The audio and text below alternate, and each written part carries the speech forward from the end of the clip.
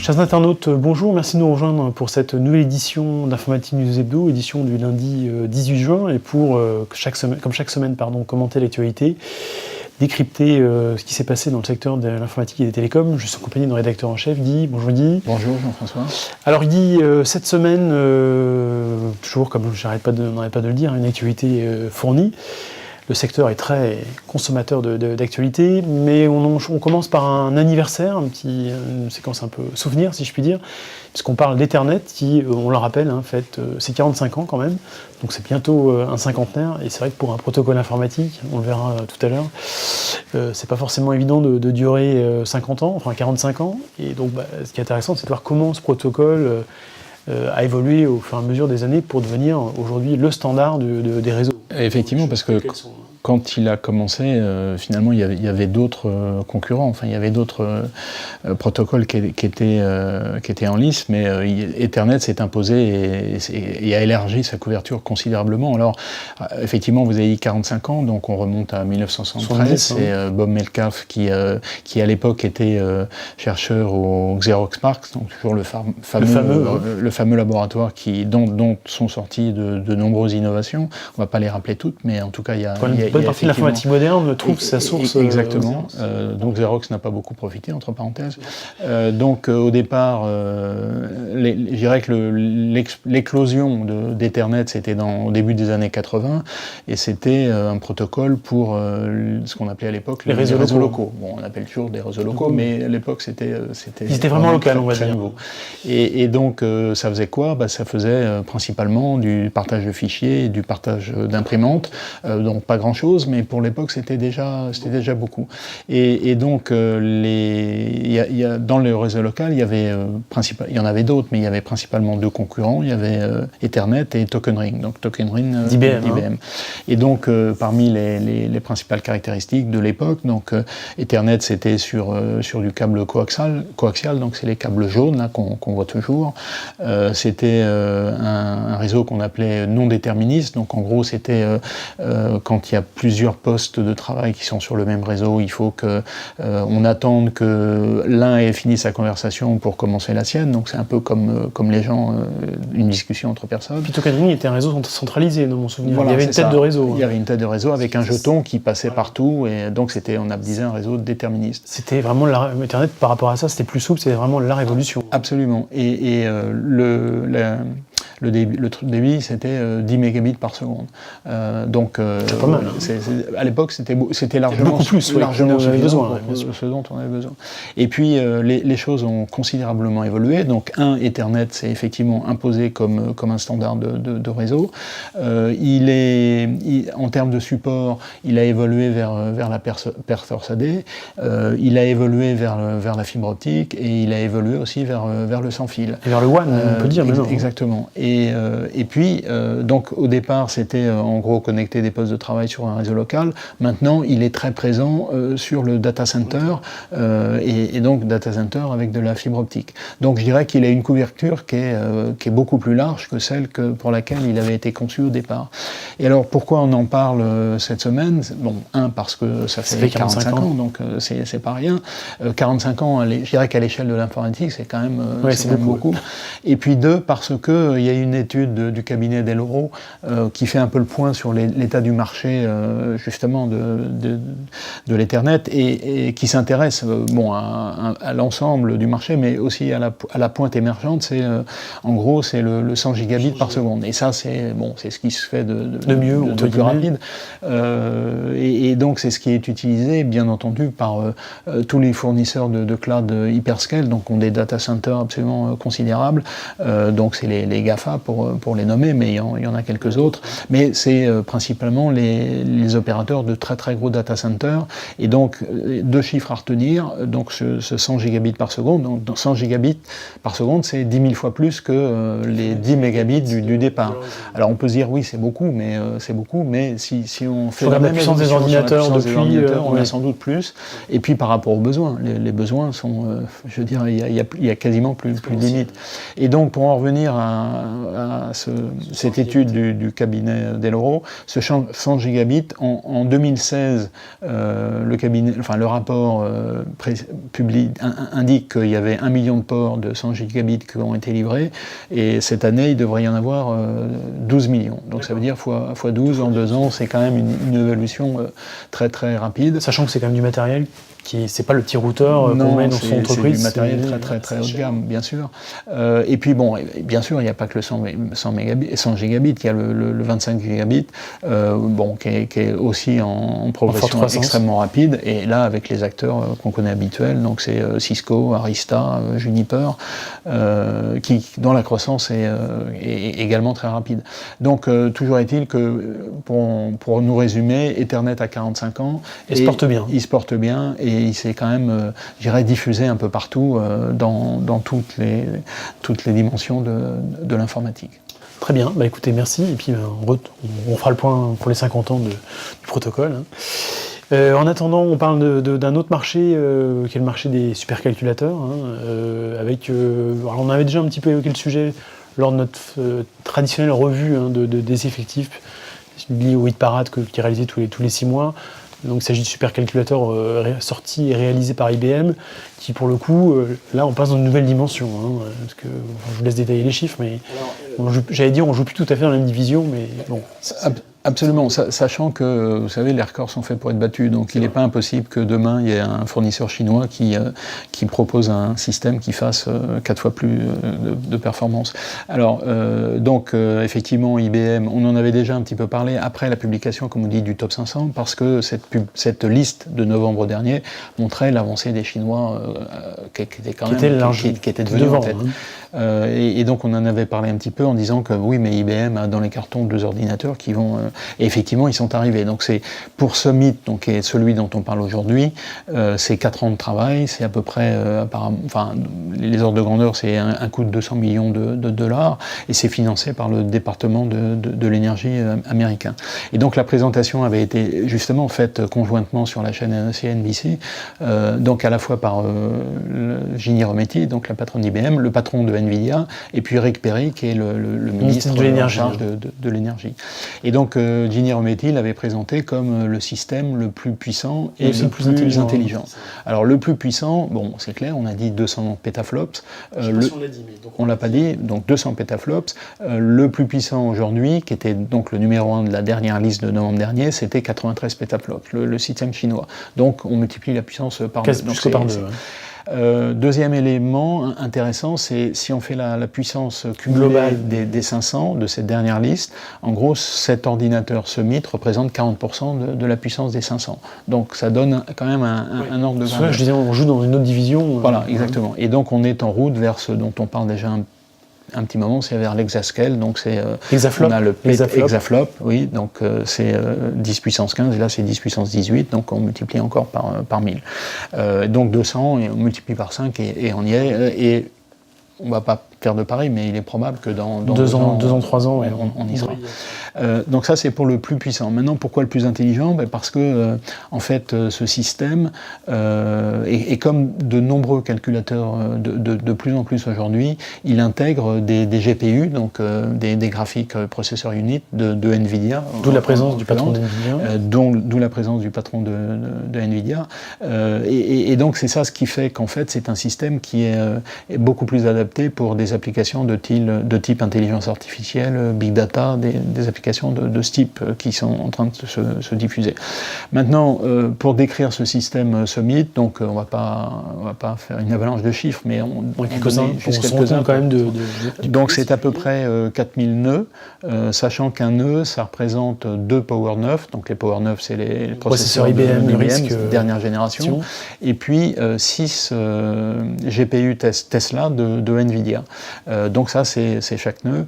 Le bus multiplié par 4000, hein, multiplié par 4000, c'est ça.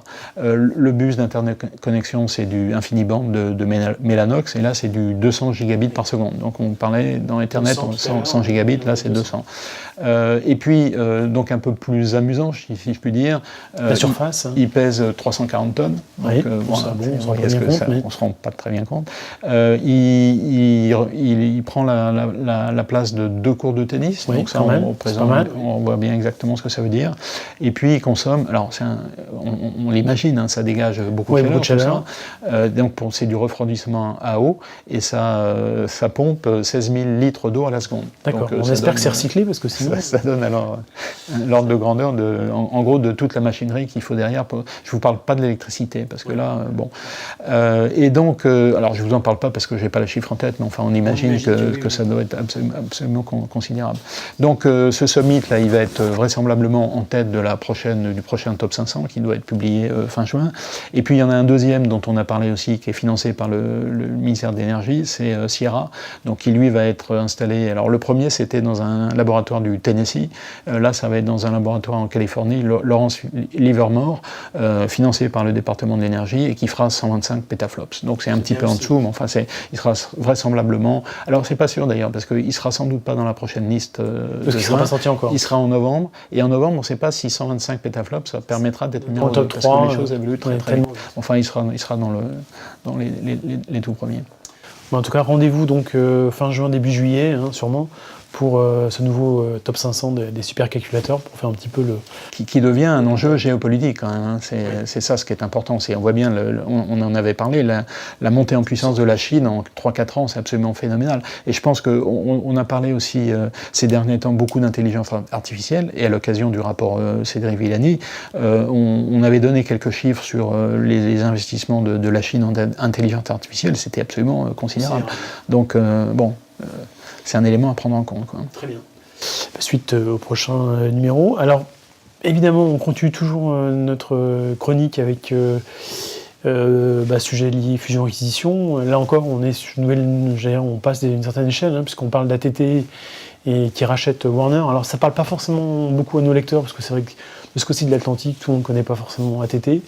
Et Warner, c'est CNN, c'est aussi du cinéma, on le rappelle. Oui. Hein, en tout cas, c'est quand même l'une des plus grosses fusions dans le secteur. C'est la plus grosse fusion dans le secteur depuis de nombreuses années. Hein. Alors, effectivement, pour la plus grosse, parce que le chiffre, c'est 85 milliards de dollars, donc ça donne un peu le niveau. Si on s'en refaire tout l'historique, en gros, l'annonce avait été faite en 2016, donc ATT voulait racheter Warner, donc le contenant qui veut racheter le contenu, donc ATT, c'est bien l'opérateur, et je dirais que c'est une tendance un peu générale, c'est-à-dire que les opérateurs télécoms avaient perdu un peu la main, et puis il faut qu'ils se rattrapent maintenant pour redevenir un peu au devant de la scène. Donc 85 milliards, ça avait été donc annoncé en 2016, et puis ça avait été bloqué lorsque Donald Trump avait été élu, qui ne voulait pas entendre parler de cette fusion. Pour quelles raisons, on ne sait pas trop, mais en tout cas, qui avait demandé au ministère de la Justice américain de bloquer ça. Et là, il se trouve qu'il y a un juge qui vient de donner le feu vert pour que cette fusion puisse se faire. Alors, en fait, la motivation du juge, on pourrait se dire, mais on va créer des monstres, et donc on pourrait au contraire plutôt casser les entreprises, comme il y a eu au début du XXe siècle, il y a eu plein de monopoles qui ont été, puis ATT lui-même, hein, dans les années 80. Et donc là, l'idée, c'était de dire, par rapport aux GAFA qui deviennent de plus en plus présents et puissants, intéressant, il faut que les opérateurs télécoms finalement reviennent à peu près au même niveau, et donc on leur donne la possibilité de faire ça. Mais bon, est-ce que c'est pas une fuite en avant qui fait que quelques grands groupes vont contrôler l'Internet? Ça, c'est une autre question quand même qu'on peut se poser, sachant que donc ce feu vert qui a été donné par un juge américain, finalement a libéré un peu les esprits, puisque Comcast a fait une offre sur les activités de Fox pour quelque chose de l'ordre de 60 milliards. Donc il y a vraiment là un mouvement de concentration qui n'est pas sans poser de problème. Et pour en revenir à ATT et Time Warner. Time Warner, donc Time Warner, comme vous le dites, c'est du cinéma, donc il y a Warner Bros, il y a CNN, il y a HBO, donc chaîne de séries bien connues, oui. Voilà. Et ATT, en fait, c'est pas ATT, c'est pas pas l'ATT historique. C'est SBC Communications, qui est en fait une sorte d'avatar des Babybel qui ont été créés dans les années 80, qui a émergé, donc SBC Communications, qui a racheté ATT, donc le vrai, celui qu'on connaissait en 2005, et qui a eu l'intelligence de récupérer le nom, parce que le nom ATT est beaucoup plus connu que le SBC Communications, même aux États-Unis, que personne ne connaît. On rappelle que ATT était l'opérateur France Télécom américain, a été séparé en entités locales, et on avait gardé la marque ATT pour les communications internationales. Et puis finalement, SBC, qui était un opérateur local, a racheté d'autres opérateurs locaux d'ailleurs, et a racheté ATT. Bon, c'est un peu compliqué, mais enfin cool. Donc voilà, c'est maintenant une course à la taille qui est lancée. Et sachant qu'on a parlé ces derniers temps de la neutralité du net, dans les deux groupes, donc tous les opérateurs télécoms étaient plutôt contre la neutralité du net, pour reprendre un peu en main la main, oui. Les GAFA, eux sont pour la neutralité.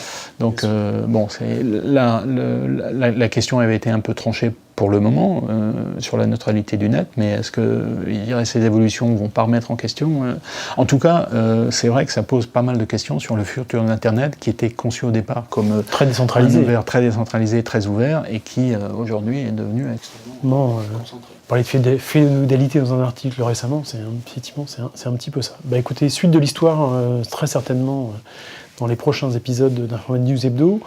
En attendant, on parlait des GAFA, il y a un d'entre eux qui fait l'événement cette semaine à Paris, puisque c'est demain d'ailleurs, un mardi, que Amazon, fait son événement annuel traditionnel à Paris, une espèce de tour du monde, avec les principales capitales mondiales.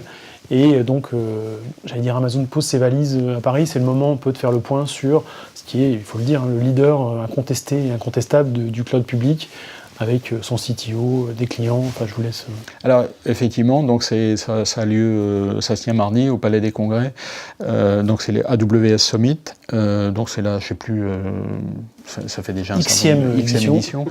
Donc, comme vous le disiez, il y a le CTO d'Amazon, Herbert Vogel, qui vient, et qui vient quasiment chaque année depuis un certain temps, très, très nombreuses grandes entreprises qui seront présentes. Pour donner une idée des thèmes qui sont présentés, qui donne un peu les tendances. Là, il y a une des sessions qui est sur comment configurer vos applications AWS pour des millions d'utilisateurs. Oui, donc ça donne un peu l'ampleur, la dimension à laquelle on est arrivé aujourd'hui sur les applications du cloud, où on est très loin des premières petites applications qu'on mettait comme ça pour voir si ça marche. Donc on est vraiment rentré dans le monde de la production, sachant que on a déjà parlé à plusieurs reprises de grandes entreprises qui mettaient tout sur le cloud. Tout sur le cloud public. Ce qui est leur choix, mais donc c'est une tendance. Alors parmi les autres tendances, il y a les tendances techniques sur tout ce qui est container, serverless. Donc ça, c'est les dernières tendances du moment. Et puis, comme vous le disiez, effectivement, c'est vraiment le rendez-vous cloud public de l'année, parce que AWS est le leader incontesté. Si on prend les derniers chiffres du cabinet Synergy, AWS c'est plus de 30% du marché du cloud public. Donc loin devant. Le deuxième étant Microsoft, qui a fait une belle remontée, mais qui est quand même qui est à près 12-13%, donc c'est quand même assez loin derrière. Et puis après, on a IBM et Google, donc avec ces quatre-là. Alors, sachant qu'Alibaba, on ne parle pas trop, beaucoup, mais c'est vrai que c'est très localisé. Commence à devenir assez présent. Et puis on rappelle, juste je vous coupe, dit que IBM qui a annoncé cette semaine l'ouverture de son cloud de nouveaux data centers à l'international. Effectivement, donc 18 nouvelles régions, donc ils ont une définition très très précise de ce qu'est une région pour assurer une plus grande couverture de leur cloud au niveau mondial. Donc AWS Summit sera je dirais le rendez-vous de la semaine pour tous les gens qui nous suivent. Très bien.